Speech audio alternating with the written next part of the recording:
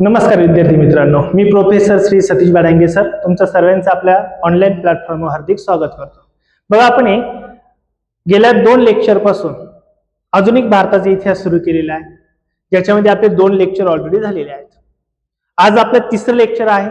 खूप important lecture आहे. मुलं ज्याच्यावर जास्त भर देत नाहीये, पण क्वेश्चन मात्र जास्त विचारतात, असं आजचं आपलं लेक्चर आहे. व्हिडिओ शेवटपर्यंत बघा. आवडलं तर नक्की लाईक आणि कमेंट करा. बघा, आतापर्यंत जे आपले हिस्ट्रीचे 2 लेक्चर झाले, ज्याच्यामध्ये आपण काय काय शिकलोय बरं. तर पहिलं शिकलो काय, 1600 शतकापासून तर 2000 पर्यंत आपल्याला इतिहास बघायचा आहे.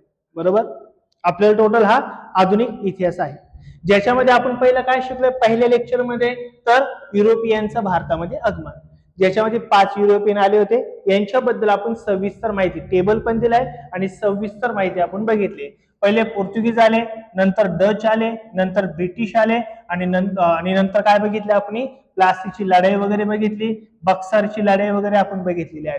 ह्या 2 लढाई आहेत, ज्या लढायांमुळे ब्रिटिशांची सत्ता भारतामध्ये आल्यासारखे आपल्याला बघायला मिळते किंवा त्यांचे पाय मजबूत झालेले आपल्याला बघायला मिळतात. ह्या 2 लढाई आपण बघितल्या, त्यांचे कारण, परिणाम ह्या सगळ्या गोष्टी बघितल्या. त्यानंतर 1773च्या कायद्यानुसार बंगालला पहिला गव्हर्नर जनरल मिळाला होता, त्याच्याबद्दल आपण बघितलं होतं. वॉरेन हेस्टिंग्ज त्यांनी काय केलं होतं, आपल्या बंगाल प्रांतामध्ये द्विहिरी शासन व्यवस्था आणली होती. द्विहिरी शासन व्यवस्था म्हणजे काय, शासन 2 पद्धतीने चालणार होतं. पहिलं होतं दिवाणी, दुसरं होतं निजामत. हे आपण पहिल्या लेक्चर मध्ये घेतलंय. जर ही लेक्चर बघितलं नसेल तर पहिल्यांदा ती लेक्चर बघा, मग हे तिसरं लेक्चर बघा. त्यानंतर आपण बघितलं होतं फ्रेंचचं आगमन. ब्रिटिशांचं आगमन झाल्यानंतर आपण फ्रेंच भारतामध्ये आले होते, ते एक आपण सर्व बघितलेलं आहे. त्यानंतर मराठा, जवळपास 1718 पर्यंत मराठा जो प्रांत होता हा हा जो होता तो पेशव्यांच्या ताब्यात होता किंवा पेशवेशाही होती. परंतु 1818 ला तिसरं मराठा इंग्रज युद्ध संपलं आणि मुंबई प्रांतात किंवा पूर्ण मराठा प्रांतामध्ये इंग्रजांची सत्ता सुरू झाली. तो कालखंड आपण बघितलाय, ज्याच्यामध्ये 3 इंग्रज मराठा युद्ध बघितले. 1818 ला मुंबई प्रांत किंवा मराठा पूर्ण इंग्रजांच्या ताब्यात गेला आणि इंग्रजांनी 1819 ला पहिला गव्हर्नरची नियुक्ती केली आणि जो गव्हर्नर कोण होता, माउंट इल्फिस्टन. याच्याबद्दलचा आपण सर्व अभ्यास आपण केलेला आहे. खूप महत्वाचा आहे, याच्यावर नेहमी क्वेश्चन्स आपल्याला विचारले जातात. त्यानंतर पुढचे पण मी 3 सांगितले आहे, जे आपल्याला क्रोनॉलॉजी मध्ये विचारतील किंवा क्वेश्चन असा पण असेल, महाराष्ट्राचा किंवा मुंबई प्रांताचा पहिला गव्हर्नर कोण, दुसरा गव्हर्नर कोण, तिसरा, अशा प्रकारे सुद्धा आपल्याला विचारले जाऊ शकतं, म्हणून तुम्हाला ते सांगितलंय. लेक्चर नंबर 2 मध्ये आपण काय शिकलो आहे, तर इंग्रजांनी जमीनदारांकडून किंवा शेतकऱ्यांकडून काही कर महसूल पद्धती आणली होती. काय आणली होती, कर महसूल पद्धती. मग त्या 3 कर महसूल पद्धती बघितल्या आहेत, ज्याच्यावर एमपीएससी प्रत्येक वेळेस क्वेश्चन विचारलेले. 3 महत्वाच्या पद्धती. पहिली कोणती बरं, तर पहिली आहे कायम धारा, ज्याला आपण काय म्हणतो जमीनदारी पद्धत. ही कधी आली, तर 1793 ला. कोणी आणली आहे, लॉर्ड कॉर्नवॅलिसने आणलेली आहे. कायम धाराचा अर्थ काय होता बरं, फिक्स अमाऊंट होती, फिक्स एक काहीतरी अमाऊंट होती जी त्या जमीनदाराकडून घेतली जायची. याच्यामध्ये कोणाकडून कर घेतला जायचा, जमीनदाराकडून. जमीन कोणाच्या मालकीची ग्राह्य धरली जायची, जमीनदाराची. शेतकऱ्याचा काही याच्यात संबंध नव्हता. हे सर्व आपण सेकंड लेक्चर मध्ये आपण बघितलंय. त्यानंतर रयतवारी पद्धत पण आपण बघितली, कुठं होती, कशी होती. रयतचा अर्थ काय, शेतकरी. सरकार कोणाकडून कर घेणार होतं, शेतकऱ्याकडून कर घेणार होतं. ही सर्व पद्धत आपण डिटेल मध्ये सेकंड लेक्चर मध्ये बघितली. आणि तिसरी पद्धत बघितली आपण काय, महालवारी पद्धत. महालवारी म्हणजे काय, महाल म्हणजे काय, पूर्ण गाव. सरकार पूर्ण गावाकडून एकत्रित टॅक्स घ्यायचं, महसूल घ्यायचं, त्याला आपण काय म्हणतो, महालवारी पद्धत असं म्हणतो. काय, कधी, कोणाकडून, याच्या सर्व गोष्टी आपण सेकंड लेक्चर मध्ये बघितलेल्या आहेत. इथपर्यंत आपलं सेकंड लेक्चर होतं. इतिहासाचे आपले 2 लेक्चर ऑलरेडी झालेले आहेत. आजचं आपलं तिसरं लेक्चर आहे, खूप इम्पॉर्टंट लेक्चर आहे. मग ह्या लेक्चर मध्ये आपल्याला पुढचे 2-3 प्रकार आपल्याला कव्हर करायचे. खूप इम्पॉर्टंट आहे बघा, म्हणजे सरळ सेवेपासून तर युपीएससी राज्य सेवेपर्यंत सगळीकडे हे प्रकार आपल्याला विचारले जातात. डिटेलमध्ये आपण सर्व कव्हर करणार आहे. मग आजचा जो आपला टॉपिक आहे तो कोणता असणार आहे, इंग्रज राजवटीतील स्थानिक स्वराज्य संस्था. हा टॉपिक आपला इंग्रज राजवटीतील स्थानिक स्वराज्य संस्था. आता आपल्याला सर्वांना माहिती आहे स्थानिक स्वराज्य संस्था म्हणजे काय बरं, ज्याला इंग्लिश मध्ये आपण काय म्हणतो, लोकल गव्हर्नमेंट, बरोबर ना. सध्या लोकल गव्हर्नमेंट काय बरं, ग्रामपंचायत, पंचायत समिती, जिल्हा परिषद, नगरपालिका, महानगरपालिका ही स्थानिक स्वराज्य संस्था आहे. पण ही कधीची, आता जे आपण सांगितली ती भारत स्वातंत्र्यानंतर. त्यासाठी भारतीय राज्यघटनेमध्ये 73वी आणि 74वी घटनादुरुस्त्या आपण बघितलेल्या आहेत, त्या स्थानिक स्वराज्य संदर्भातल्या आहेत, ज्याच्यामध्ये मूळ भारतीय राज्यघटनेमध्ये तरतूद केली होती कलम 40 मध्ये पंचायत राजची तरतूद असावी म्हणून, ते आत्ताचं आहे. पण इंग्रजांच्या काळात कशा प्रकारे स्थानिक स्वराज्य संस्था होत्या ते आपल्याला बघायचे. आता इंग्रज आले 17व्या शतकात, म्हणजे 1600ला इंग्रज भारतामध्ये आलेले आहेत. त्यांनी स्थानिक स्वराज्य संस्था सुरू केल्या आहे का, तर नाही. त्याच्या आधी सुद्धा आपल्या भारतामध्ये स्थानिक स्वराज्य संस्था होत्या. भारतामध्ये जवळपास 2000 वर्षापासूनचा स्थानिक स्वराज्य संस्थेचा इतिहास आहे. म्हणजे मौर्य काळ जो होता त्या काळामध्ये सुद्धा भारतामध्ये स्थानिक स्वराज्य संस्था होत्या आणि खूप डेव्हलप होत्या मौर्य काळामध्ये. मौर्य म्हणजे पूर्ण भारत, खूप मोठं क्षेत्र होतं मौर्यांचं. ते मौर्यांनी काय केलं होतं, छोट्या गावांना त्यांचे अधिकार देऊन टाकले. तुम्ही तुमचा विकास करायचा, तुम्ही तुमचाच कर गोळा करायचा. मग पायाभूत सुविधा ते गावच काय करायचं, त्या गावातल्या लोकांना द्यायचं. पण नंतर मुघल आले, नंतर इंग्रज आले, यांनी व्यवस्था बदलत गेली. मग आता इंग्रजांनी थोडी वेगळी व्यवस्था आणली, ती आता ह्या लेक्चरमध्ये आपल्याला बघायची. आणि जी आत्ताची स्थानिक स्वराज्य संस्था ती आपल्या भारतीय राज्यघटनेत बघायची. ही फक्त आपण कोणाची स्थानिक स्वराज्य संस्था बघतोय, इंग्रजांनी भारतात राबवलेली स्थानिक स्वराज्य संस्था. मग ह्या स्थानिक स्वराज्य संस्थेमध्ये 2 महत्वाचे व्यक्ती आहेत, त्या 2 व्यक्तींचा आपल्याला अभ्यास करायचा. मग कोण आहेत त्याचा महत्वाचा पहिला फॅक्च्युअल डाटा मी तुम्हाला सांगतो. इंग्रजांनी भारतामध्ये पहिली नगरपालिका स्थापन केली. ती कुठे केली बरं, मद्रास मध्ये केली. कुठे केली, मद्रास. क्वेश्चन बऱ्याच वेळेस विचारलेला आहे, ज्याला आपण हे म्युनिसिपल कॉर्पोरेशन असं म्हणतो.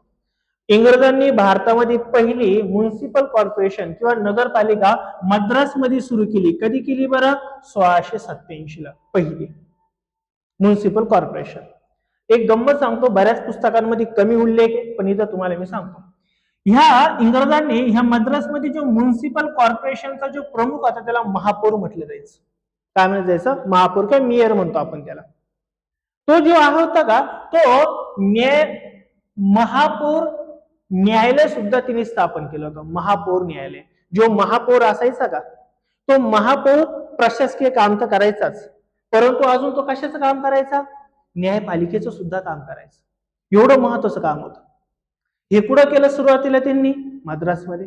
नंतर त्यांनी 1726 ला अजून 2 ठिकाणी नगरपालिका स्थापन केल्या. कोणतं, कुठे बरं, मुंबई आणि कलकत्ता. आणि तिथं सुद्धा महापौर न्यायालय सुद्धा स्थापन केलेलं आहे. महापौर न्यायालय स्थापन कधी केलं मुंबईमध्ये, क्वेश्चन विचारला जातो, तो आहे 1726 ला. 2 गोष्टी फॅक्च्युअल डाटा इम्पॉर्टंट आहे, पुस्तकाच्या थोडं बाहेर आहे, बऱ्याच ठिकाणी त्याचा उल्लेख नाही, म्हणून तो पहिला मी इथं कव्हर करतोय. मग आता आपला जो टॉपिक बघायचा, हा टॉपिक कोणता आहे, स्थानिक स्वराज्य संस्था. स्थानिक स्वराज्य संस्थेमध्ये सर्वात पहिलं नाव घेतलं जातं ते कोणाचं, लॉर्ड मेयो. सर्वात पहिलं नाव बघा, इथं छान त्याचा फोटो वगैरे दिलेला आहे, लॉर्ड मेयोचा फोटो दिलाय. लॉर्ड मेयोने 2 महत्वाची कामं केलेली आहेत. तसं त्याचं एक काम सर्वात फेमस आहे, इथं पण दिलंय, फायनान्शियल डिसेंट्रलायझेशन असं म्हटलेलं आहे. फायनान्शियल डिसेंट्रलायझेशन म्हणजे काय रे, आर्थिक विकेंद्रीकरण. काय केलं त्यांनी, आर्थिक विकेंद्रीकरण म्हणजे काय, तर त्याची तर सर्व कामं तुम्हाला मी डिटेलमध्ये सांगणारच आहे. हा लॉर्ड मेयो, आता लॉर्ड मेयो आपण सर्व कव्हर करणार आहे, त्याची सर्व कामं पण आपण कव्हर करणार आहे. म्हणजे ज्यावेळेस आपण कधी व्हाईसरॉय बघू त्यावेळेस हा लॉर्ड मेयो बघणार नाहीये, इथं सर्व आपण ते कव्हर करून टाकू. मग लॉर्ड मेयो हा व्हाईसरॉय होता, ज्याचा कार्यकाल कधी होता बरं, 1869 ते 1872 या 3 वर्षांसाठी तो भारतामध्ये व्हाईसरॉय म्हणून काम केले. मग त्याची नेमके कार्य काय आहेत, महत्वाचे कार्य आपल्याला बघायचे. सर्वात पहिलं कार्य काय, आर्थिक विकेंद्रीकरण. फोटो दाखवले बघा, फायनान्शियल डिसेंट्रलायझेशन. विकेंद्रीकरणाचा अर्थ काय रे, एकाची सत्ता बाकीच्यांमध्ये काय केली, डिवाइड केली, याला काय म्हणायचं, विकेंद्रीकरण. आणि केंद्रीयकरण म्हणजे काय रे, सर्वांची सत्ता एका ठिकाणी नेली, याला काय म्हणायचं, केंद्रीयकरण. म्हणजे यांनी काय केलंय आता विकेंद्रीकरण. जी सत्ता एका व्हायसरॉयच्या किंवा गव्हर्नरच्या हातात होती का ती काय केली तिने आता बाकीकडे जी पसरवली. म्हणजे अधिकार काय केले डिस्ट्रीब्यूट केले. मग त्याचं सर्वात महत्वाचं काम भारतातला पहिला व्हायसरॉय किंवा गव्हर्नर आहे लॉर्ड मेयो ज्यांनी आर्थिक विकेंद्रीकरण केलेलं आहे. म्हणून आर्थिक विकेंद्रीकरणाचा जनक जर आपल्याला विचारला तर उत्तर काय राहील आपलं लॉर्ड मेयो असणार आहे. ओके. मग त्याच्यात काय महत्वाच्या गोष्टी बघा. प्रांतिक सरकारांना अधिक आर्थिक अधिकार देण्यात आले. जसं की काय होतं पहिलं पूर्ण भारत आहे आणि भारतामध्ये काय होते बरं राज्य. राज्य म्हणजेच काय रे प्रांत. राज्य म्हणजे काय होते प्रांत. आता व्हायसरॉय जो होता ना किंवा भारताचा गव्हर्नर जनरल जो होता ना हा पूर्ण भारतासाठी होता. सर्व अधिकार त्याच्या हातात होते. पण यांनी काय केलं आता डिसेंट्रलायझेशन केलं. म्हणजे अधिकार आता कोणाकडे देऊन टाकले प्रांतांना देऊन टाकले ना. अधिकार कोणाला दिले प्रांत. तुम्ही तुमच्या राज्याचा तुम्ही विचार करा. यालाच तर आपण काय म्हणतो प्रांतीय सरकारांना अधिक आर्थिक अधिकार देऊन टाकले. म्हणजे कर तुम्ही गोळा करा आणि तुमच्या तुम्ही फॅसिलिटी सुद्धा तयार करून घ्या. खूप महत्वाचं काम केलं. सेकंड काय बरं स्थानिक प्रशासन मजबूत करण्याचा प्रयत्न केला. स्थानिक प्रशासन स्थानिक म्हणजे काय रे स्थानिक स्वराज्य संस्था जसं की कलेक्टर जिल्हाधिकारी जिल्हा परिषद ग्रामपंचायत हे खालचे जे होते का त्यांना थोडे अधिकार जास्त देऊन टाकले. अधिकार जास्त दिले म्हणजे काय कर तुम्ही गोळा करा काही प्रमाणात आणि तुम्हीच खर्च करा. आम्हाला ते काही सांगू पण नका. तुम्ही तुमचा विकास करून टाका गाव पातळीवर. कळलं काय. थर्ड काय बघा स्थानिक स्वराज्य संस्थांचा पाया त्यांनी लावला असं म्हटलं जातं. सर्वात महत्वाचं वाक्य काय बरं स्थानिक स्वराज्य संस्थेचा पाया त्यांनी लावला. पुढे लॉर्ड रिपननी ह्या व्यवस्थेचा विस्तार केलाय. नंतर आपण कोण बघणार आहे लॉर्ड रिपन तर बघणारच आहे. पण सुरुवात मात्र कोणी केली स्थानिक स्वराज्य संस्थेच्या अधिकारांना द्यायला लॉर्ड मेयोने. त्याच्यात विस्तार कोणी केलाय लॉर्ड रिपननी. तो पुढे गेला आपण बघणार आहे. लॉर्ड मेयो कळाला सर्वांना. नेक्स्ट अजून पण आहे ओके बरं. लॉर्ड मेयोचे अजून महत्वाचे 3 काम आहे ज्याच्यावरती प्रश्न विचारण्याची दाट शक्यता आहे. कोणते आहेत तर सर्वात पहिलं त्याने कृषी विभागाची स्थापना केली. मोस्ट इम्पॉर्टंट आहे. कृषी विभागाची स्थापना करणारा हा पहिला व्हायसरॉय आहे ज्याचं नाव काय आहे लॉर्ड मेयो. कधी केली ही स्थापना 1871. कधी केली 1871. शेतीविषयक माहिती संकलित करायची त्यासाठी स्वतंत्र कृषी विभागाची त्यांनी स्थापना केली. आता काय केलं त्यांनी स्वतंत्र कृषी विभाग स्थापन केला. कशासाठी पुढं पाऊस जास्त पडतो पुढं पाऊस कमी पडतो पुढं कोणते पिकं घेतले पाहिजे याचा त्यांनी अभ्यास करण्यासाठी स्वतंत्र कृषी विभाग स्थापन केला. खूप महत्वाचं काम त्यांनी केलं होतं. कृषीला एक मोठी चालना त्यांनी मिळाली होती.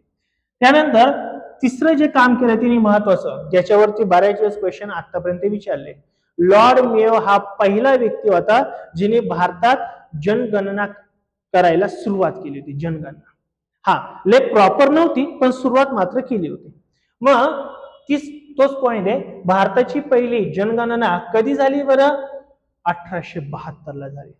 जी कोणी केली लॉर्ड मेयोने केली. हा फक्त एक काय प्रॉब्लेम आहे तिने 1872 मध्ये पहिली जनगणना केली पण ती काय होती बरं असमकालीन नॉन सिंड्रोम्स म्हणजे काय कंटिन्यू नव्हती. म्हणजे असं आता आपली जनगणना कशी होती बरं दर 10 वर्षांनी बरोबर ना.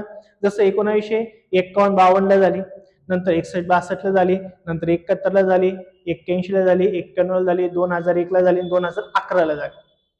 आता कोरोनाचा काळ होता म्हणून 2021-22 ला काही झालेली नाहीये पण आता सध्या जनगणना चालू आहे.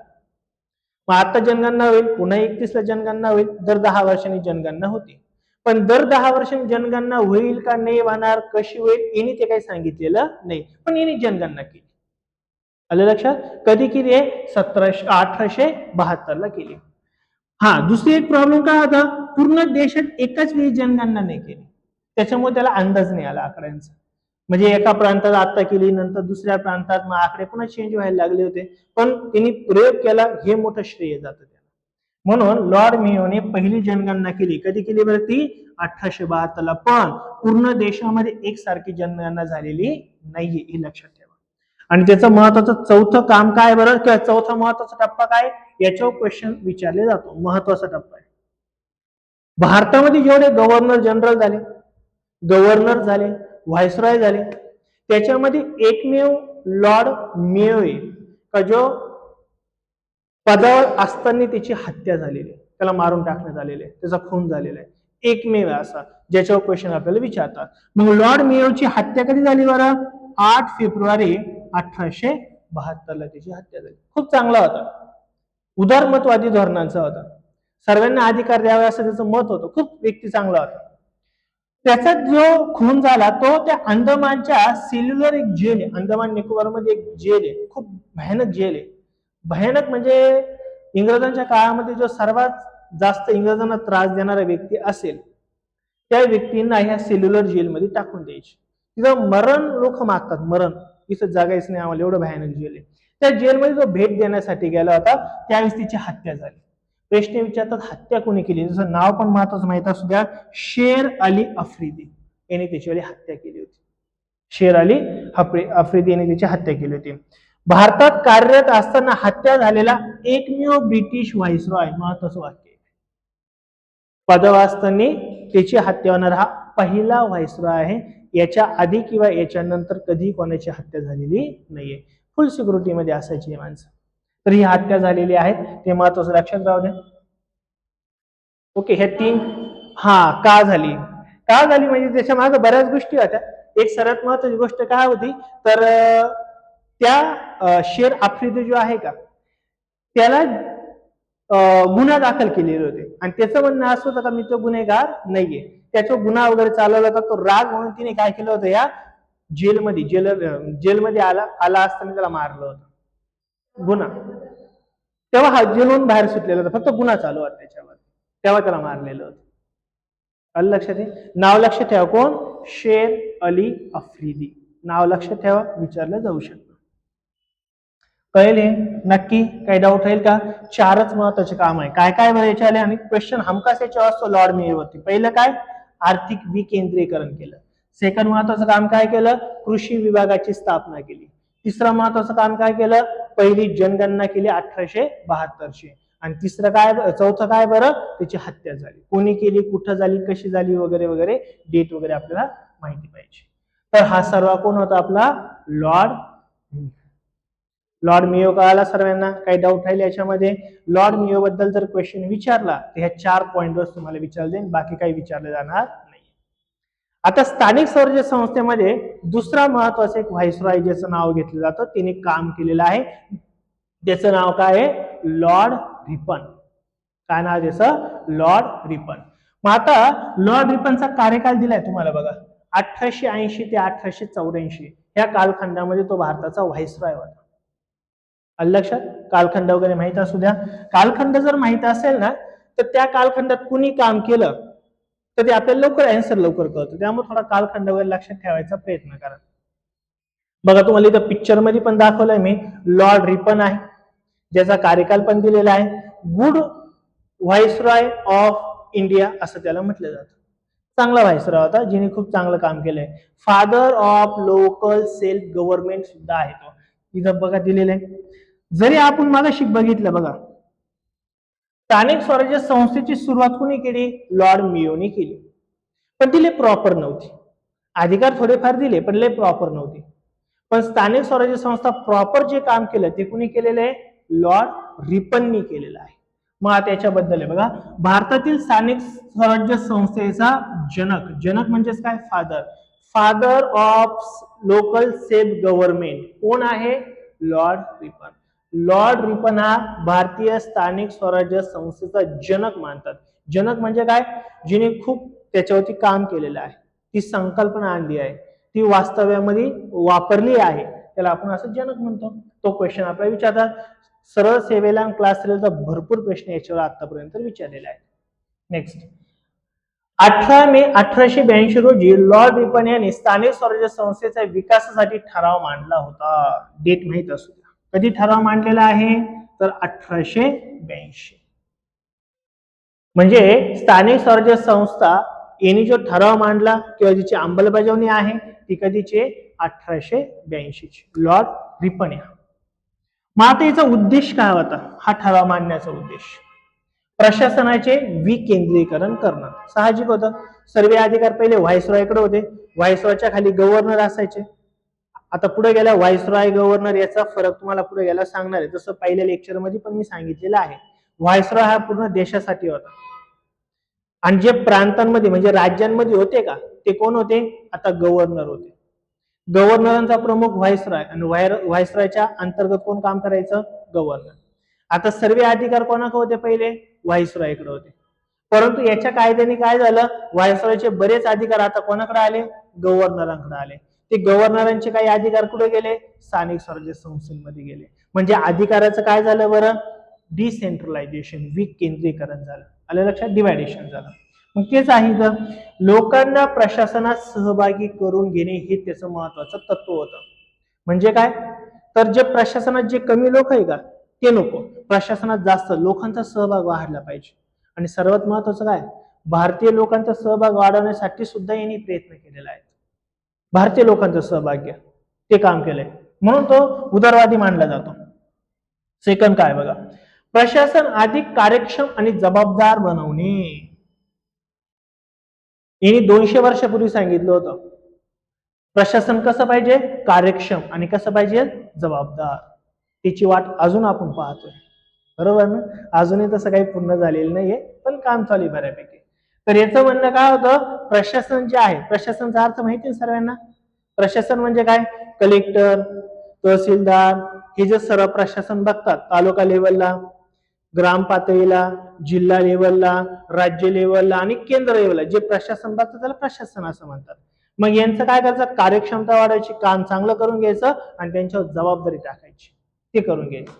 तिसरं काय बरं? स्थानिक समस्या स्थानिक पातळीवरती सोडवणं हे एक महत्वाचं होतं. स्थानिक समस्या ज्या आहेत त्या स्थानिक पातळीवर सॉल्व्ह. गावातल्या समस्या गावात सॉल्व्ह करायच्या. गावात दोघांचं भांडणं झाले तर गावाचा जो मुखिया असेल तिने जे प्रॉब्लेम काय करायचे? सॉल्व्ह करायचे. नवरा बायकोंचं भांडण झालं ले कोर्टात नाही पळायचं, तो मुखियाकडे जायचं. मग त्याला सांगायचं हा असा त्रास देतो, तो सांगणे अशी मला त्रास देते. मग त्यांच्यामध्ये काय करायचं? वाद कमी करण्याचं काम करायचं. गावातले प्रॉब्लेम गावातच सॉल्व्ह करून घ्यायचे. एवढं भारी प्रशासन होतं. आणि लोकशाहीची जडणघडण करणे, लोकशाही पण मजबूत करण्यासाठी त्यांनी काय केलेलं आहे? प्रयत्न केलेला आहे. त्यानंतर याच्या महत्वाच्या तरतुदी माहित असू द्या काय? स्थानिक संस्थांचा विस्तार केला. आता स्थानिक स्वराज्य संस्थांचा जो विस्तार केला का तो कसा केला बरं? तर जो जिल्हा असेल का जिल्हा तिथं काय नियुक्त केलं बरं? जिल्हा मंडळ नियुक्त केलं, ज्याला आपण डिस्ट्रिक्ट बोर्ड असं म्हणतो. आता जे जिल्हा मंडळ आहे का, जिल्हा मंडळ म्हणजे काय? सपोज एक नाशिक जिल्हा आहे, त्या नाशिक जिल्ह्याचं पूर्ण प्रशासन कारभार करण्यासाठी एक मंडळ स्थापन केलं त्यांनी. ते मंडळ काय करणार? तिथला विकास करणार, तिथल्या अडी अडचणी सॉल्व्ह करून घेणार. त्यासाठी काय केलं त्यांनी? जिल्हा मंडळाची स्थापना केली. क्लिअर झालं? सेकंड, तालुका लेवलला स्थानिक मंडळ त्यांनी स्थापन केले आणि गावाच्या ठिकाणी म्हणजे जे कोणतं गाव वगैरे असेल त्या ठिकाणी त्यांनी काय केलं? नगरपालिकेची म्हणजेच म्युनिसिपल कॉर्पोरेशनची सुद्धा स्थापना केली. म्हणजे याचा अर्थ हा झाला जे व्हाईसरॉय पूर्ण भारतासाठी होता, राज्यासाठी गव्हर्नर होता, आता त्याच्या खाली सुद्धा प्रशासन आणलं ते. मग हे काय? जिल्हा पातळीवर, तालुका पातळी आणि शहर पातळीवरती 3 महत्वाच्या गोष्टी आणल्या. म्हणजे काय केलं? डिसेंट्रलायझेशन केलं प्रशासनाचं. सेकंड काय? निवडून आलेल्या सदस्यांना प्राधान्य द्यायचं ठरवलं. पहिलं काय असायचं? सरकारी नियुक्त लोक प्रशासन करायचे, सरकार नियुक्त. म्हणजे आता इंग्रज आहे तर इंग्रज अशाच लोकांना निवडायचे जे त्यांचं ऐकणार होते, बरोबर ना? परंतु लोकांचा विकास होत नव्हता. परंतु हिने काय ठरवलं? इथं निवड करताना कसला आपण आधार घ्यायचा? तर सदस्य निवडून आलेले जे सदस्य त्यांना प्राधान्य द्यायचं, म्हणजे लोकांमधून त्यांना निवडून आणायचं, म्हणजे ते काम व्यवस्थित करते निवडून आलेले सदस्य. मी इथं दिले बघा, निवडून आलेले म्हणजे इलेक्टेड सदस्यांची संख्या वाढवण्यात आली. 2 प्रकारी सदस्य असायचे. कशामध्ये? जिल्हा मंडळ, तालुका मंडळ आणि नगरपालिकेच्या 2 प्रकारचे सदस्य असायचे. पहिले कसे असायचे? इलेक्टेड आणि दुसरे असायचे नॉमिनेटेड. इलेक्टेड म्हणजे काय रे? निवडून आलेले. आणि दुसरे काय असायचे? नियुक्त केलेले. नियुक्ती कोण करायची? सरकार, इंग्रज सरकार करायची. बरोबर. पण यांनी काय सांगितलं, आता जे निवडून जास्त आले का त्यांची संख्या जास्त असली का त्यांच्या म्हणण्यानुसार काम व्हायचं, बाकीच्यांच्या म्हणण्यानुसार काम होत नव्हतं. पण यांनी काय सांगितलं, निवडून येणाऱ्यांची संख्या जास्त असावी म्हणजे प्रशासन व्यवस्थित चालेल. अशासकीय म्हणजेच ना काय, नॉन ऑफिशियल सदस्य बहुमतात ठेवण्याचा प्रयत्नही त्यांनी केलेला आपल्याला बघायला मिळतो. त्यानंतर सर्वात महत्वाचं इथे एक तरतूद आहे, याच्यावर ऑलरेडी क्वेश्चन विचारलेला आहे अध्यक्षपदावरून. शक्य असेल तिथं अशासकीय सदस्य अध्यक्ष बनवायचे होते. अशासकीय म्हणजे काय, जे निवडून आलेले आहेत ते, शासनाने नियुक्त केलेले का ते नाही. अशासकीयाचा अर्थ काय, शासनाने निवडून दिलेले नाही. म्हणजेच कोण, जे निवडून आलेले आहे, इलेक्टेड आहे. जे इलेक्टेड सदस्य आहे का त्यांच्यामधूनच एका अध्यक्षाची नियुक्ती करायची. म्हणजे खूप चांगलं पाऊल होते, चांगलं काम केलेलं होतं. त्यानंतर पुढचा पॉइंट कोणता आहे बरं, तर अधिकार व जबाबदाऱ्या पण त्यांना देण्यात आल्या. स्थानिक स्वराज्य संस्था, जिल्हा मंडळ, तालुका आणि नगरपालिका यांना काही जबाबदाऱ्या पण दिल्या.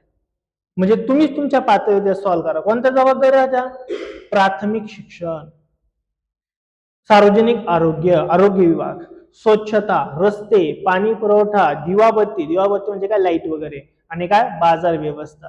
बाजार व्यवस्था म्हणजे काय, गावातला बाजार कुठे भरायची व्यवस्था करून द्यायची ना, त्यांच्याकडून तुम्ही कर घ्या पण त्यांना काय करून द्या, व्यवस्था करून द्या. ही सर्व जबाबदारी कोणावर टाकली बरं, स्थानिक स्वराज्य संस्थेवर टाकली. त्यांच्याकडून कर बी घ्यायचा आणि त्यांना त्यांच्या फॅसिलिटी पण द्यायची, जे आता नगरपालिका पण करते. नगरपालिका आपल्याकडून टॅक्स पण घेतं, मग आपल्याला फॅसिलिटी काही देत नाही पण टॅक्स मात्र घेतोय बऱ्याच ठिकाणी, काही ठिकाणी देतं पण. तर हे अधिकार व जबाबदाऱ्या सुद्धा देण्यात आल्या होत्या. आणि पाचवा काय बरं, आर्थिक अधिकार. स्थानिक कर लावण्याचे व निधी वापरण्याचे काही अधिकार सुद्धा या स्थानिक स्वराज्य संस्थांना देण्यात आलेले होते, जे मगाशी बोललो मी. स्थानिक स्वराज्य संस्थांना म्हणजे नगरपालिकेला काय सांगितलं, तुम्ही त्यांच्याकडून कर गोळा करा. कसला कर गोळा करा, आरोग्याचा कर घ्या, स्वच्छतेचा कर घ्या, रस्त्यांचा कर घ्या, पाणी पुरवठ्याचा कर घ्या, बाजार व्यवस्था जिथे भरती त्यांचा कर घ्या, पण त्यांना व्यवस्था उपलब्ध करून द्या. तुम्हीच कर घ्या आणि तो तुमच्यातच काय करा, वाटून घ्या, किंवा तो काय करा, कामाला लावतो. हे वेगवेगळ्या ठिकाणी काय करा, तो डिस्ट्रीब्यूट करा. कळालं काय, हे महत्वाचे 5 काम जे झालेले ते लॉर्ड रिपनच्या काळात झालेले. त्यामुळे हे दोन जे व्यक्ती आहेत, कोण, लॉर्ड रिपन आणि लॉर्ड मेयो, हे दोन व्यक्तींचा संबंध कशा संदर्भात आहे, स्थानिक स्वराज्य संस्था. कळालं, एकदम क्लिअर होईल. म्हणजे स्थानिक स्वराज्य संस्थेसाठी हे दोन नावं आहे, पण या दोन नावांची मी तुम्हाला सर्व माहिती सांगू दिली. कार्यकाल सांगितला, काय झालं, हा पुढे गेला सांगणाराचे. इल्बर्ट बिल जे आहे ना पत्रकारिते संदर्भात, ते पुढे गेला सांगतोच मी ते. हे फक्त तुम्हाला काय केलं मी, काय क्लिअर केलं, स्थानिक स्वराज्य संस्था. म्हणजे आपला जो टॉपिक आहे ना तो मी खूप बेस्ट डिझाईन केलेला आहे, एक एक टॉपिक कव्हर करून टाकू म्हणजे तुम्हाला अभ्यासाला थोडंसं सोपं जाणार आहे. ओके, तर लॉर्ड मेयो आणि लॉर्ड रिपन हे दोन नाव स्थानिक स्वराज्य संस्थेच्या संदर्भातले आहेत. नाही, हा, पहिली सुरुवात कोणी केली, तर लॉर्ड मेयोने. कायदा कोणी केला, लॉर्ड रिपनने. कायदा लॉर्ड रिपनने केलेला आहे. काय जनक म्हणजे तिने कायदा केला ना. जनकचा अर्थ काय, तिने कायदा केला, कायद्याची अंमलबजावणी केली, महत्वाचं काम तिने केलंय. सुरुवात केली येणे कोणी, लॉर्ड मेयोने जी आहे ती सुरुवात केली आहे, पण कायदा बिदा असं काही खूप केलेलं नाहीये. त्याचं मेन काम काय होतं माहितीये का, आर्थिक विकेंद्रीकरण. स्थानिक स्वराज्य संस्था नव्हतं खरं म्हणजे.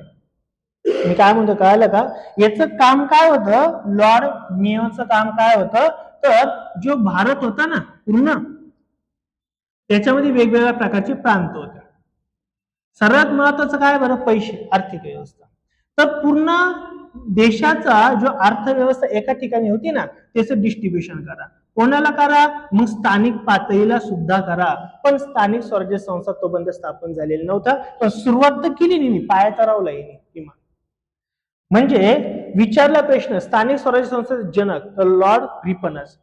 कायदा कोणी केला, लॉर्ड रिपनच. जिल्हा मंडळ, तालुका आणि नगरपालिका कोणी स्थापन केला, लॉर्ड रिपनच. सर्वांचा लॉर्ड रिपन आहे. पण पायावर रावण्याचं काम कोणी केलं, तर लॉर्ड मेयोने केलं. क्लिअर होईल का पॉइंट? शुअर एकदम. कायदा पण कोणी केलाय? लॉर्ड रिपननी केलेला आहे. क्लिअर होईल एकदम नक्की.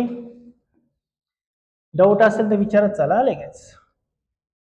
लॉर्ड मेयो आणि लॉर्ड रिपन ह्या दोन गोष्टी आता आपण बघितल्या. कोणता पॉइंट बघितला आता आपण? स्थानिक स्वराज्य संस्था. आता आपल्याला पुढचा नेक्स्ट पॉइंट बघायचा आहे. कोणता बघायचा आहे बरं? इंग्रज काळातील वृत्तपत्राविषयक धोरण. काय बघायचंय? वृत्तपत्राविषयक धोरण. आता वृत्तपत्र धोरण जे आहे ते आपण न्यूजपेपर म्हणतो. आता न्यूजपेपर म्हणजे मोठी क्रांती. आता गेल्या 2-5 वर्षामध्ये व्हॉट्सअप आणि टेलिग्राम आणि काही इंस्टाग्राम आल्यामुळं सगळीकडे त्या बातम्या लवकर व्हायरल होत्या. पण हे इंस्टाग्राम, टेलिग्राम, नेट हे याच्या आधी सर्वात महत्वाचं काय माध्यम होतं लोकांपर्यंत न्यूज पोहोचवण्याचं? न्यूजपेपर. काय माध्यम होतं? न्यूजपेपर. मग ते न्यूजपेपर खूप महत्वाची गोष्ट आहे. तर त्याच्यावर पण आपल्याला हमखास क्वेश्चन विचारले जातात. आता तसं बघायला गेलं तर न्यूजपेपर भारतामध्ये सुरू करण्याचं श्रेय युरोपियननाच जातं. कोणाला जातं? युरोपियन. आणि मागं पण एकदा आपण बोललो होतो युरोपीय तर 5 होते, 5 आलेले होते. पण याच्यामध्ये एक महत्वाचे युरोपियन आहे ते म्हणजे पोर्तुगीज. पोर्तुगीजांनी खऱ्या अर्थाने भारतामध्ये छापखान्याचं मशीन आणलेलं आहे. छापखाना म्हणजे काय? पेपर छापण्याचं मशीन आणले. कुणी आणले? ते पोर्तुगीजांनी. आणि तिथून पुढे काय झाले? सुरुवात झालेली आपल्याला बघायला मिळते. आता काय काय टप्पे ते आपण एक एक क्लिअर करणार आहे. तर वृत्तपत्राविषयी धोरण का इंग्रजांचं ते आपण बघू. काय बघा, सर्वात पहिला फॅक्च्युअल डाटा म्हणून तुम्हाला मी सांगून देतो, तो म्हणजे इसवी सन 1439 ला युरोपात गटेनबर्ग याने मुद्रांक कलेचा शोध लावला. युरोपमध्ये पहिला छापखान्या मशीनचा शोध कोणी लावलाय? गटेनबर्ग यांनी लावलाय. कधी लावलेला आहे? 1439 ला. पाठ ठेवा, प्रश्न विचारतात. भारतात सर्वात प्रथम छापखान्याचं मशीन कोणी आणलंय बरं? पोर्तुगीजांनी आणलं. जे आता बोललो आपण, कोणी आणलंय? पोर्तुगीजांनी आणलेलं. भारतात मुद्रण कलेचा प्रसार करण्याचं श्रेय कोणाला जातं असा जर प्रश्न विचारला तर डॉक्टर कॅरे यांना जातं. डॉक्टर कॅरे यांनी सुरुवात केली होती. काही पुस्तक वगैरे छापले होते, छोटे पुस्तक इन असे छोटे बुकलेट वगैरे छापले होते, त्यांना ते श्रेय जात आहे मुद्रांकाचं. हा, मग आता साहजिक मोठ्या प्रमाणामध्ये जे मुद्रांकाचं काम सुरू केलं ते साहजिक ब्रिटिशांनी, ब्रिटिश ईस्ट इंडिया कंपनीने. यांनी मुंबईमध्ये पहिला छापखाना सुरू केला होता. कधी बरं? 1684. 1684 ला ब्रिटिश ईस्ट इंडिया कंपनीने मुंबईमध्ये पहिला छापखाना सुरू केला. आता गंमत बघा बरं का, छापखाना सुरू कधी केला बरं? 1684 ला. परंतु पहिलं न्यूजपेपर जे निघालं का ते कधी निघालं? 1780 ला. म्हणजे जवळपास किती वर्षांनंतर? 100 वर्ष. म्हणजे 95-96 वर्ष, म्हणजे जवळपास किती? 100 वर्षानंतर न्यूजपेपर निघाला. म्हणजे छापायचा शोध लागला, मशिनी पण आणल्या, पण पेपर निघता किती वर्ष लागले? 100 वर्ष. याच्या मागे खूप मोठा इतिहास आहे. काय इतिहास मोठा आहे बघा. ब्रिटिश ज्यावेळेस भारतात आले त्यांचा मुख्य उद्देश काय होता? व्यापार करणं. व्यापारातून काय करायचा? महसूल किंवा पैसा गोळा करायचा. परंतु ते साहजिक जे काही भारतामध्ये असलेले जे राजे होते यांना कोणत्या ना कोणत्या प्रमाणामध्ये त्रास देणं, यांची सत्ता काढून घेणं आणि आपली सत्ता प्रस्थापित करणं हे त्यांचं काम चालू होतं. साहजिक ते अन्याय करायचे. मग ते अन्याय करत होते आणि यांना एक डाऊट होता इंग्रजांना, जर न्यूजपेपर काढले, वृत्तपत्र जर काढले तर आपल्याच बातम्या पहिल्या छापल्या जातील. बरोबर ना? साहजिक हीच गोष्ट होणार आहे का त्याच कुणी लेख लिहिणार आहे? नाही. इंग्रजांनी कुठे अन्याय केला? इंग्रजांनी शेतकऱ्यांना अन्याय केला, ह्या व्हायसरॉयने असा अन्याय केला, हेच तर लिहिलं जाणार आहे ना. म्हणून या इंग्रजांनी 100 वर्ष न्यूजपेपर्स काढून नाही दिले. 100 वर्ष. नंतर 1780 ला पहिला इंग्रजच व्यक्ती आहे ज्याचं नाव काय बरं?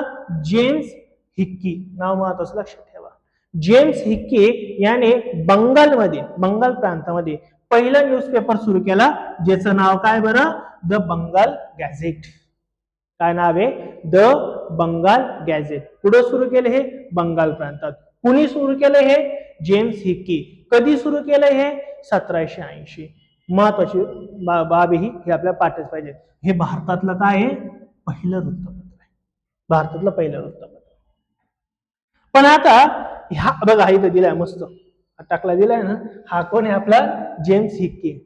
आणि हे पहिलं वृत्तपत्र आहे बघा, हिक्कीज बेंगाल गझाट. वा, कलकत्ता जनरल काय ते ॲडव्हर्सिफिकेशन काहीतरी आहे ना, आता ते काही कळणार ते काय, पण हे पहिलं न्यूजपेपर आहे बघा. कधीच हे न्यूजपेपर 1780 सालचा न्यूजपेपर आहे आणि यांनी काढला होता. मस्त होता, स्मार्ट होता लय. तिने काढलं ते पहिलं वृत्तपत्र. पण ह्या रामभाऊनी काय केली, एक मोठी चूक केली. यांनी वृत्तपत्र काढलं 1780 ला, आणि जी भीती इंग्रजांना 100 वर्ष होती का, तेच काम यांनी केलं. यांनी काय सुरुवात केली, इंग्रज भारतीय लोकांना कसे अन्याय करतय त्याच बातम्या छापायला सुरुवात केली. बाकीच्या बातम्या काही नाहीच ना दुसऱ्या. आपल्या शेतकऱ्यांच्या काय बातम्या, आपल्या व्यापाऱ्यांच्या काय बातम्या, हे बातम्याच राहू शकत नाही. यांनी काय छापायला सुरुवात केलं, हिक्कीने वृत्तपत्रातून इंग्रज अधिकारी त्यांच्यावर बाण धरला. न्यायाधीश, इंग्रज न्यायाधीश, गव्हर्नर जनरल यांच्यावर टीका सुरुवात केली. म्हणजे हे कशा प्रकारे चुकीचं काम करताय, भारतीय लोकांवर कसा अन्याय करताय, हे सांगण्याचं काम ह्या हिक्कीने केलं. आता साहजिक आहे, इंग्रजांच्या ह्या अधिकारी आहे सर्व, यांना नावं ठेवून यांना पचला असेल का, नाही. यांनी धरला याचा गेमच करून टाकला. गेम केला म्हणजे काय, पुढच्या 2 वर्षामध्ये म्हणजेच 1782 ला 2च वर्ष झाली ना, पुढच्या 2 वर्षात ह्या इंग्रजांनी, ज्यावेळेस व्हाईसरॉय कोण होता आपला, वॉरन हेस्टिंगने, या वॉरन हेस्टिंगने याचं जे छापखाना मशीन आहे का ते जप्त करून टाकलं आणि याला उचलला आणि इंग्लंडमध्ये सोडून दिले. याला भारताचा ठेवायचं नाही, हाले त्रास देऊ राहिला म्हणे. याचा छापखाना बंद करून टाकला आणि याला इंग्लंडला काढून दिलं, निघ म्हणे इथून, मग याला आपलंच खातून आपल्याला त्रास देऊ राहिला, त्याला काढून दिलं. हा बिचाऱ्याने चांगलं काम सुरू केलं होतं, पण मग याचा फायदा नाही मोठा झाला. वृत्तपत्र किती वर्ष चाललं, 2. पण याचा फायदा काय झाला, लोकांमध्ये अवेअरनेस निर्माण झाला ना. तर न्यूजपेपरने म्हणजेच वृत्तपत्राने इंग्रज जे आहेत ते कंट्रोलमध्ये येऊ शकतात. मग आपल्या भारतीयांना उतारलं, म्हणजे भारतीयांनी काय केलं, वृत्तपत्र सुरुवात करून टाकली. मग आता आपल्याला पुढच्या भारतीयांचे काय वृत्तपत्र बघायचे आहेत, हे कळालं सर्वांना. इथं 3-4 महत्वाच्या गोष्टी. पहिलं काय बरं, गटनबर्ग यांनी प्रेसचा शोध लावला. भारतात कुणी आणले मशिनी, पोर्तुगीजांनी. मोठ्या प्रमाणात काम कुणी सुरू केलं, ब्रिटिश इंडिया कंपनीने. पहिला न्यूजपेपर कधी सुरू केला, 1780 ला. कुठं केला, बंगालमध्ये. नाव काय होतं, द बंगाल गॅझेट. कुणी सुरू केलं, जेम्स हिक्की. फक्त 2च वर्ष वृत्तपत्र चाललं, 1782 ला ते बंद पडलं आणि त्याला काढून दिलं इंग्लंडमध्ये. हा थोडासा बिचारायचा एक छोटा इतिहास आहे. आता इथून पुढं आता काय झालं, तिथून पुढे थोडी वृत्तपत्र निघायला सुरुवात झाली. आता मी काय सांगतो बघा, हा कार्यकाल काय होता, 1882. त्यानंतर भारतीय लोकांनी थोडी वृत्तपत्र सुरुवात केली. छापखान्याचे थोडा प्रसार व्हायला लागला, यांनी वृत्तपत्र सुरू केले. मग वृत्तपत्र सुरू केले आणि साहजिक वृत्तपत्रांमध्ये काय महत्वाचा बातम्या असायच्या, इंग्रजांचा भारतीयांवर अन्याय. मेन तर ह्याच बातम्या असणार आहे ना, ते आपले अन्याय करायचे. प्रशासनाला नियंत्रण ठेवण्यासाठी वृत्तपत्रांनी काम केले. म्हणून इंग्रज अधिकाऱ्यांनी एक महत्वाचा कायदा आणला आणि तो पहिला कायदा आहे 1823 चा, ज्याचं नाव आहे वृत्तपत्र परवाना नियम, किंवा ज्याला आपण म्हणतो द लायसनिंग रेग्युलेशन. म्हणजेच तुम्हाला या शब्दाच्या अर्थानच कळेल. द लायसनिंग रेग्युलेशन म्हणजे काय, वृत्तपत्र काढायचं असेल तर काय लागणार आहे, आता लायसन, परवानगी लागेल ना. काय लागणार, परवानगी. याच्या आधी परवानगी असा काही प्रकार नव्हता, कोणी काही पण वृत्तपत्र छापून द्यायचे. मग आता काय लागणार होते बरं, परवाना. म्हणून ऍक्ट लक्षात ठेवा, द लायसनिंग रेग्युलेशन ऍक्ट 1823, 1823 चा हा कायदा आहे. मग हा कायदा कुणी केला, याचे नियम कसे होते, हे आपल्याला माहिती पाहिजे. मग आता हा कायदा जो झाला तो कधी झाला बरं, 1823 ला, जसं तुम्हाला मी सांगितलं. कोणी केला हे आपल्याला विचारलं जाऊ शकतात. जॉन ऍडम्स. कोणी केलाय, जॉन ऍडम्स. लक्षात ठेवा, जॉन ऍडम जो आहे का, हा तात्पुरत्या स्वरूपाचा भारताचा गव्हर्नर जनरल झाला. तात्पुरत्या स्वरूपाचा कार्यकारी होता तो. त्याला थोडा चान्स मिळाला, 1-2 वर्ष, त्यातच तिने हा कार्यक्रम करून टाकला. मग त्यांनी काय कोणता कायदा केला, तर द लायसनिंग रेग्युलेशन ऍक्ट, जे वृत्तपत्रांवरती सर्वात कठोर नियम लावणारा कायदा होता. कायदा कशासाठी होता, वृत्तपत्रांवरती कठोर नियम लावायचे होते. मग नेमके काय काय नियम लावले 1823 च्या कायद्यामध्ये, नेमकं काय काय तरतुदी केल्या, तिथे नियम तुम्हाला दिलेले आहे बघा सर. मुद्रांक व प्रकाशकाला छापखाना काढण्यासाठी काय लागणार होती? परवानगी, लायसन लागणार होतं. म्हणजे ज्याला वृत्तपत्र छापायचे आहेत त्यांनी पहिले काय करायचं? कलेक्टरकडून, ते कलेक्टरचे अधिकार होते, पुढे गेल्यावर सांगतोच तुम्हाला मी, ते कलेक्टरकडून काय करायचे? परवानगी काढून आणायची. उदाहरणार्थ काय, सोबत मला एखादं वृत्तपत्र काढायचं, द सिन्नर असं वृत्तपत्र काढायचं, मग मी पहिले कोणाची परवानगी घेणार? जिल्हाधिकाऱ्याची. मग तो जिल्हाधिकारी काय करणार? येणार, बघणार, तुझा नेमका हेतू काय हे सर्व चेक करणार, मगच परवानगी देणार. तोपर्यंत परवानगी देत नव्हता. एवढा कठोर कायदा होता. पहिला पॉइंट काय कळाला. सेकंड पॉइंट काय बघा, बिना परवाना जर कोणत्या एखाद्या व्यक्तीने वृत्तपत्र सुरू केले बिना परवाना, तर त्याला 400 रुपये दंड होता. किती? 400 रुपये. किंवा किंवा पण होता आणि अँड पण होता, दोन्ही पण होते. त्याला कारावास सुद्धा होता, कारावासाची शिक्षा. 400 रुपये म्हणजे 4 कोटी रुपये झाले. 4 कोटीने जास्त झाले असतील आताच्या मितीला. तेव्हा 400 रुपये. कधीचे 400 रुपये? 1823 ला. माझे वडील सांगते 1960-70 ला एक आण्यात आमची भाजी, पिशवीवर भाजीपाला यायचं एक आण्यात, तेव्हा हे तर 400 रुपये होते. केवढी मोठी अमाऊंट असणारी, लय मोठी अमाऊंट होती. म्हणजे अख्खा त्याचं घरदार सर्व विकून त्याला जेलमध्ये टाकणार, एवढीच तरतूद होती. 400 रुपये प्लस काय होती? जेल, कारावास होता. कधी? जर एखाद्याने बिना परवाना वृत्तपत्र सुरू केले तर. तिसरं काय बघा, परवाना जप्त करण्याचा अधिकार हा कोणाला देऊन टाकला होता? दंड अधिकाऱ्याला. दंड अधिकारी म्हणजे हा कुठं असतो रे? डिस्ट्रिक्ट लेवलला, ज्याला आपण कलेक्टर म्हणतो. दंड अधिकारी डिस्ट्रिक्ट लेवल, ज्याला मॅजिस्ट्रेट म्हणतो आपण इंग्लिशमध्ये, त्याला हा अधिकार देऊन टाकला. जिल्ह्यातले सर्व वृत्तपत्राची जबाबदारी तुझ्यावर. कुणी बिना परवाना वृत्तपत्र काढणार नाहीये, काढल्यास ते सर्व जप्त करून टाकायचं. चौथं काय होतं? गव्हर्नर जनरलला कोणतेही परवाने रद्द करण्याचा अधिकार होता. म्हणजे काय? सपोज एखाद्या दंड अधिकाऱ्याने किंवा जिल्हाधिकाऱ्याने एखाद्या व्यक्तीला वृत्तपत्र काढण्याची परवानगी देऊन टाकली, पण असं नंतर वाटलं कोणाला? व्हाईसरॉयला किंवा गव्हर्नर जनरलला जर असं वाटलं का हे वृत्तपत्र आपल्या विरोधात काम करतंय, याला बंद करायचं, तर ते कधी पण बंद केलं जाऊ शकत होतं. आणि इतर पण अधिकार व्हाईसरॉयला होतेच. बंद करणं, त्याच्या मशिनी जप्त करून घेणं, त्याला जेलमध्ये टाकणे, सर्व गोष्टी त्याला त्या व्हाईसरॉयला किंवा त्या गव्हर्नर जनरलला अधिकारात होता. आणि पाचवा पॉइंट काय, ह्या नियमाचा फटका राजाराम मोहन राय यांच्या वृत्तपत्राला सुद्धा बसला. हे महत्वाचं माहिती असू द्या. राजाराम मोहन राय आपल्या माहिती आहे, आपण शिकलोय ना. राजाराम मोहन राय कोण होते? यांनी सती प्रथा बंद केली, आत्मीय सभेची स्थापना केली, त्यानंतर काय ब्रह्मो समाजाची स्थापना केली. पहिला युरोपमध्ये जाणारा पहिला भारतीय, सुशिक्षित पहिला भारतीय राजाराम मोहन राय. याच्याबद्दल आपण नंतर डिटेलमध्ये माहिती बघणार आहे. याचं वृत्तपत्र बंद केलं. यांचं वृत्तपत्र काय होतं? मिरात अल अकबर हे काय होते? चला वृत्तपत्र होतं, ते बंद झालं किंवा ते बंद करण्यात आलं. पण अजून एक सांगतो, हे लायसनिंग रेग्युलेशन जे कायदे होते का, हे भारतीयांच्या विरुद्ध जास्त कठोर होते. भारतीय लोक किंवा भारतीय भाषा यांच्या विरोधात जास्त कठोर होते. पण हेच वृत्तपत्र जर इंग्रजी लोक असतील किंवा जे इंग्रज लोकांचं समर्थन करणारे असतील तर त्यांना हे खूप लागू नव्हतं, हे त्यातून थोडे सुटलेले होते.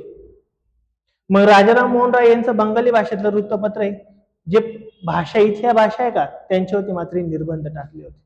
राजाराम मोहन राय यांचं हे वृत्तपत्र काय केलं होतं? बंद करून टाकलं होतं ह्या कायद्यामुळे. इथपर्यंत कळालं या कायद्याचे काय परिणाम, कधी काय कोणत्या गोष्टी झाल्या हे कळालं सर्वांना. वृत्तपत्र परवाना नियम, ज्याला द लायसनिंग रेग्युलेशन ऍक्ट म्हणतो आपण, 1823 चा कोणी लागू केला आणि त्या कायद्यात काय तरतुदी हे आपल्याला पाठच पाहिजे. एमपीसीचा स्टेटमेंट वारे जे विचारले जातात आपल्याला, तुम्हाला खूप डिटेल मध्ये सांगतोय. एमपीसी पण तुमची सगळी राज्यसेवा सुद्धा इथं कव्हर होईल. आता वृत्तपत्रांबद्दल दुसरा महत्वाचा व्यक्ती आहे जो उदारवादी महत्वाचा होता. उदारवादी म्हणजे काय रे?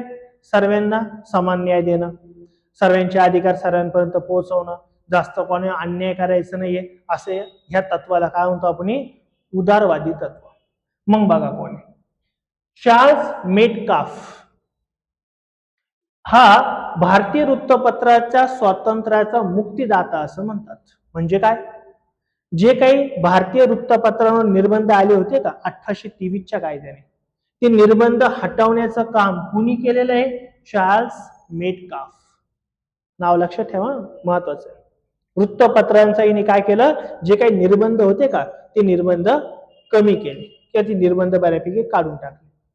मग बघा तिने सर्वात पहिलं काय केलं, याने जॉन ऍडम्सने केलेला कायदा जो होता 1823चा तो काय केला, रद्द करून टाकला. म्हणजे द लायसनिंग रेग्युलेशन ऍक्ट 1823 हा रद्द कुणी केलेला आहे, चार्ल्स मेटकाफ. कुणी तयार केला होता हा, जॉन ऍडम्स. लक्षात दिले दोन्ही नावं. यांनी केलेल्या नियमानुसार, याच्या नियमात काय महत्वाच्या गोष्टी आहेत, दोन तुम्हाला इथं मी सांगितले. प्रकाशकाला फक्त प्रकाशकाची निश्चित जागा कुठे आहे तेवढी दाखवायची होती. म्हणजेच काय, परवानगी नका घेऊ, पण वृत्तपत्र कुठे छापते आहे एवढी फक्त माहिती तुम्ही कोणाला सांगा, जिल्हाधिकाऱ्याला जाऊन सांगायची. ओके. सेकंड काय, हा कायदा 1867 पर्यंत अस्तित्वात होता, तोपर्यंत भारतात मोठ्या प्रमाणात वृत्तपत्र सुरू झाले होते, कारण की निर्बंध कमी झाले ना. निर्बंध कमी झाल्यामुळे काय झालं, वृत्तपत्र मोठ्या प्रमाणात सुरू झाले होते. कळाले. फक्त एकच अट होती याच्या कायद्यात, कोणती, वृत्तपत्र पुढं कोणतं छापताय त्याची माहिती कोणाला द्यायची, जिल्हाधिकाऱ्याला द्यायची. तेवढंच, बाकीचे लायसनिंगची पद्धत कमी करून टाकली. आणि हे जवळपास 1867 पर्यंत एकदम चांगलं पोषक वातावरण वृत्तपत्रांना आपल्याला बघायला मिळतं. म्हणून याला आपण काय म्हणतो, वृत्तपत्राचा मुक्तिदाता. प्रश्न विचारला तर आपल्याला माहित नाही. बघा हा मस्त छान बसलेला आहे तिकडं, मुक्तिदाता येतो वृत्तपत्रांचा. ओके. त्यानंतर आता खूप महत्वाचा कायदा आहे ज्याच्यावर हमखास क्वेश्चन असतात, तिसरा आहे. तो कायदा आहे द व्हर्नेक्युलर प्रेस ऍक्ट 1878. आता पहिले थोडा इतिहास सांगतो, मग या कायद्याकडे मी जातो. आता जसं मी तुम्हाला सांगितलं बघा, निर्बंध आणले कधी होते बरं, 1823 ला. हे निर्बंध सगळे हटवले कधी बरं, 1800 दिला नाही का, 3 वर्ष चाललंय, दिला नाही वाटतं तुम्हाला. तो 1834 ला तो कायदा रद्द करण्यात आलाय. कधी आला, 1834 ला तो कायदा रद्द करण्यात आला. तिथून पुढं 1867 पर्यंत भरपूर वृत्तपत्र सुरू झाले. पण तुम्हाला माहिती आहे ना, 1857चा उठाव झाला होता, बरोबर ना. कधी झाला होता, 1857चा उठाव. या 1857च्या उठावाची कारण वगैरे आपण नंतर बघणारच. मग 1857च्या उठावामध्ये साहजिक भारतीयांना असं वाटलं आपल्याला अन्याय झाला. 1857च्या उठावाचीच भरपूर कारण आहे, धार्मिक कारण आहे, आर्थिक कारण आहे, सामाजिक कारण आहे, त्यानंतर काय दत्तक वारसा कारण आहे, भरपूर वेगवेगळे कारण होते. ह्या सर्व कारणावरून 1857चा उठाव झाला. 1857चा उठाव साहजिक जवळपास 1.5 ते 2 वर्ष चालला. बऱ्याच ठिकाणी इंग्रजांची सत्ता गेली पण होती, कलकत्ता वगैरे, कलकत्ता किंवा दिल्ली वगैरे या ठिकाणून त्यांची सत्ता गेली पण होती, मेरठ वगैरे. परंतु नंतर 1.5 वर्षात पुन्हा त्यांनी सत्ता स्थापन केली इंग्रजांनी. पण त्याचा राग म्हणून भारतीय वृत्तपत्र मोठ्या प्रमाणात वाढले आणि इंग्रजांच्या विरुद्ध बातम्या द्यायला सुरुवात झाली. 1857 नंतर मोठ्या प्रमाणात झाली. आता याचा विस्तार होत गेला वृत्तपत्रांचा, इंग्रजांना अजून त्रास होत गेला. म्हणून पुढचा जो व्हायसरॉय आला, लॉर्ड लिटन, जो आला कधी बरं, तर 1876. आता तो पण 1857 पासून तर 1876 पर्यंत भरपूर वृत्तपत्र वाढले. साहजिक सर्व वृत्तपत्रांनी काय केलं होतं, इंग्रजांच्या विरुद्ध बोलायला सुरुवात केली होती. मग आता कुठेतरी थांबवलं पाहिजे ना.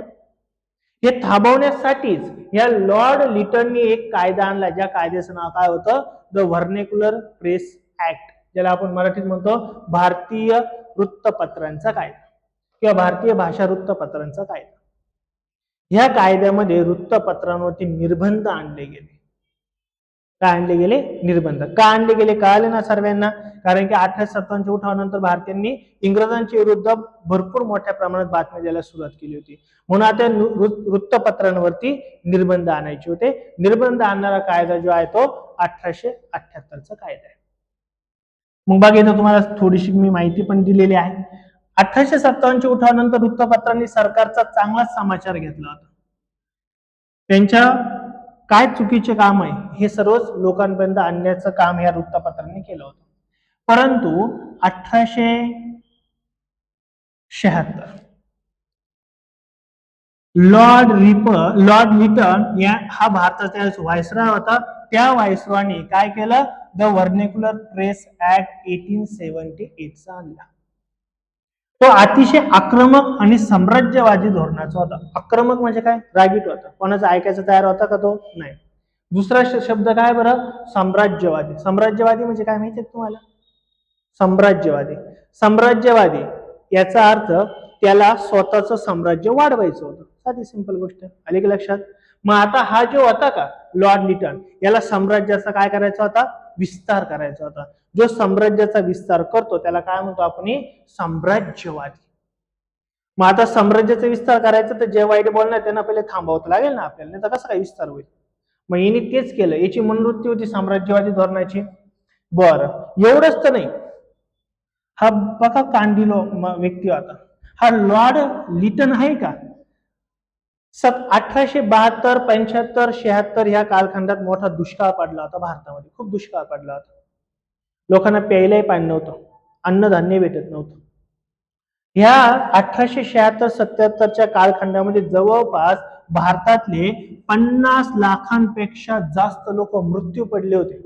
का, पाणी नव्हतं, अन्न नव्हतं म्हणून. 50 लाखांपेक्षा जास्त लोक मृत्यू. हा आकडा सरकारी आहे, तसा आकडा तर अजून मोठा असू शकतो बहुतेक. 50 लाखांपेक्षा जास्त लोक मृत्यू झाले होते. एवढा मोठा दुष्काळ होता. परंतु या रामभाऊनी काय केलं, या लॉर्ड लिटननी इंग्लंडच्या राणीला बोलवलं आणि दिल्लीमध्ये दरबार भरवला आणि त्याला प्रचंड खर्च केला. जेवण खावणं पाण्याचा अपव्यय हा मोठ्या प्रमाणात त्यांनी खर्च केला. कधी केला, 1877 मध्ये इंग्लंडच्या जी राणी आहे तिला बोलवलं आणि दिल्ली दरबार भरवला. दिल्ली दरबार म्हणजे काय, यांना दाखवायचं होतं का भारतात किती भारी व्यवस्था आहे, हे दाखवून द्यायचं काम हिने केलं. आणि त्यावेळेस खूप पैसा उडवला, खूप नासधूस केली आणि लोक एका बाजूने मरत होते. म्हणून ह्या पत्रकारांनी काय केलं, ह्या वृत्तपत्रवाल्यांनी काय केलं, लॉर्ड लिटनच्या विरोधात मोठ्या प्रमाणामध्ये बातम्या छापल्या. सर्व लोकांचा विरोध हा कोणाला व्हायला लागला, लॉर्ड लिटनला व्हायला लागला, तर तो अशा प्रकारचं कार्य करतोय. त्यामुळे वृत्तपत्रांनी त्याचा चांगला समाचार घेतला होता. त्याच्याबद्दलच्या भरपूर न्यूज ज्या त्या वृत्तपत्रामध्ये आल्या होत्या. आणि मग त्याला राग आला आणि त्या रागात त्यांनी कोणता कायदा केला, द व्हर्नेक्युलर प्रेस ऍक्ट. कधीचा, 1878. कळालं का काय स्टोरी आहे. हा कायदा करण्याचा कारण काय आहे, कोणी केलं, हे सर्व आपल्याला माहिती पाहिजे. तर काही डाऊट राहील का इथपर्यंत, नाही. कायदा केला म्हणजे कायदा मोडायसाठीच केला असं तो नंतर रद्द होणार आहे, बरोबर ना, पुढे आहेच तो रद्द. इथपर्यंत कळालं, इथपर्यंत काही डाऊट. नेक्स्ट, या कायद्यानुसार काय काय गोष्टी होत्या हे आपण बघणार आहे. कोणत्या, व्हर्नेक्युलर प्रेस ऍक्ट मध्ये काय तरतुदी होत्या त्या आपण बघणार आहे. पहिली तर गोष्ट, ह्या कायद्याला आपण काळा कायदा म्हणून सुद्धा ओळखलं जातं. काळा कायदा किंवा ज्याला आपण काय म्हणतो, ब्लॅक ऍक्ट, ह्यानुसार ओळखला जातो. कारण आतापर्यंतचा एवढा कडक कायदा भारतीयांच्या विरुद्ध किंवा वृत्तपत्राच्या विरुद्ध झालेला नव्हता, म्हणून त्याला काळा कायदा असं म्हणतात. कलेक्टरला अधिकार देण्यात आले होते की, कोणते अधिकार, जे काही पत्रकार आहेत, जे वृत्तपत्र तयार करतात त्यांच्याकडून प्रतिज्ञापत्र लिहून घेणं, त्याचबरोबर त्यांच्याकडून अनामत रक्कम घेणं. अनामत म्हणजे काय माहितीये का तुम्हाला, अनामत म्हणजे काय, डिपॉझिट. काय घ्यायचं, डिपॉझिट. म्हणजे काय, आता डिपॉझिटचं काय असेल काहीतरी, 100 रुपये भर, तेव्हाच वृत्तपत्र सुरू कर. जर तिने ते वृत्तपत्र जर इंग्रजांच्या विरुद्ध काम करत असेल तर ते डिपॉझिट पण जप्त होऊन जायचं आणि त्याची मशिनी जप्त होऊन जायची आणि त्याला पुन्हा कारावास पण होऊन जायचं. एवढा कठोर कारवाई होती. म्हणजे आता पहिल्यांदाच काय आलं होतं, अनामत रक्कम म्हणजे काय, डिपॉझिट भरायची तरच तुला परवानगी मिळेल, तशी नाही मिळणार. सेकंड, सरकारच्या विरुद्ध लिहिण्यास त्याच्यावर मोठी कारवाई केली जायची. जे वृत्तपत्र, जे पत्रकार सरकारच्या विरोधात न्यूज लिहायचे त्यांच्यावरती मोठी कारवाई केली जाणार होती.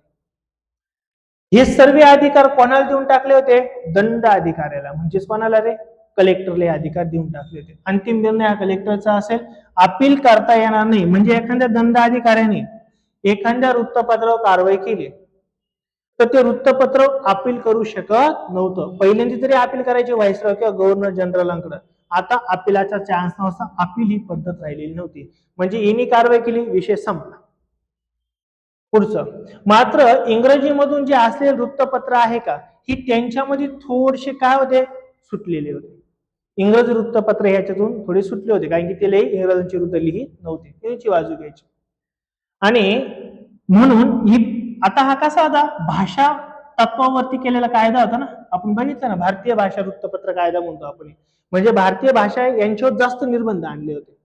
म्हणून बंगालमध्ये चालू असलेले एक बंगाली भाषेतलं वृत्तपत्र होतं, ज्याचं नाव होतं अमृत बाजार. हे जे पत्र आहे का, हे आदल्या दिवशीपर्यंत बंगाली भाषेतून छापलं जायचं, दुसऱ्या दिवशी डायरेक्ट इंग्रजी भाषेत छापायला लागलं. कळलं काय?